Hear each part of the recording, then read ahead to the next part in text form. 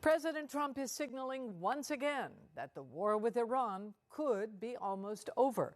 The president suggesting another round of direct negotiations could be starting within a matter of days. Jared Hill reports for WJZ. Vice President J.D. Vance is giving new insight into the sticking points in the latest round of talks. I think it's close to over, yeah.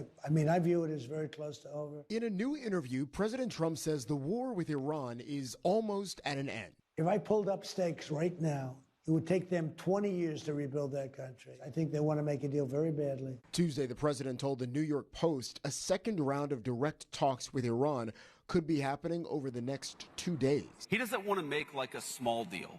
He wants to make the grand bargain.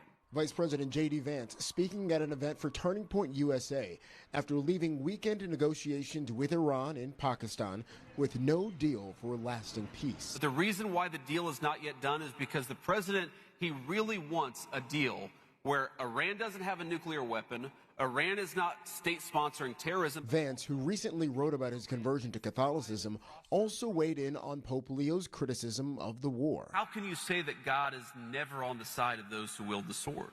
Was God on the side of the Americans who liberated France from the Nazis? As the fragile ceasefire continues, so too does the U.S. military's blockade of the Strait of Hormuz.